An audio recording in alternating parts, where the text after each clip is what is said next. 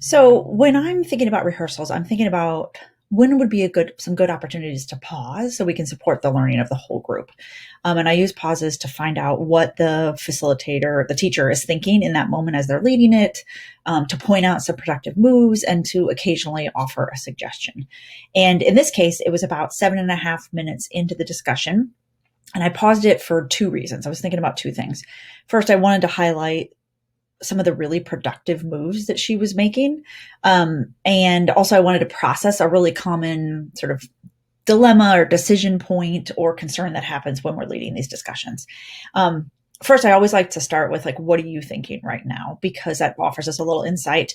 And then they also have an opportunity to say either, I'm not sure where to go with this, or what would you do here? Or I know that this is happening and I'm about to try this.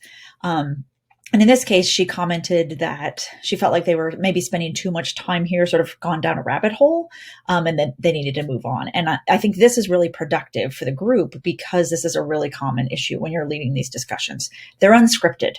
And we want to follow the ideas that students bring, the evidence that they have, the things that they find that are interesting as they're trying to make sense of it.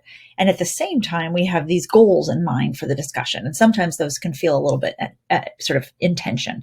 And she did some really productive things to work with the participants' ideas. It's very likely that she didn't anticipate that this issue about whether or not water had to be an ingredient in producing the gas was going to come up, but she totally rolled with it. She allowed the participants to talk to each other. And in fact, they sort of challenged each other's ideas and pushed on them. She made space and time for that discussion.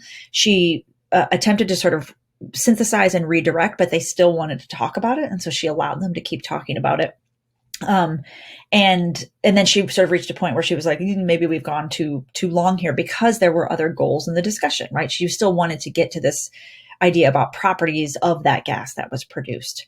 And so by pausing here, she was able to process that a little bit, have a move that she could try, and then keep moving. So in thinking about pauses during rehearsals, I try to think about not too often. First of all, you don't want to interrupt the flow. Keep them brief and make sure that they're productive moments that can be useful for the entire group. There's sort of common issues and concerns and things that might come up that are helping not only the teacher leading the discussion in that moment, but also all teachers in thinking about their own practice when they're leading these discussions.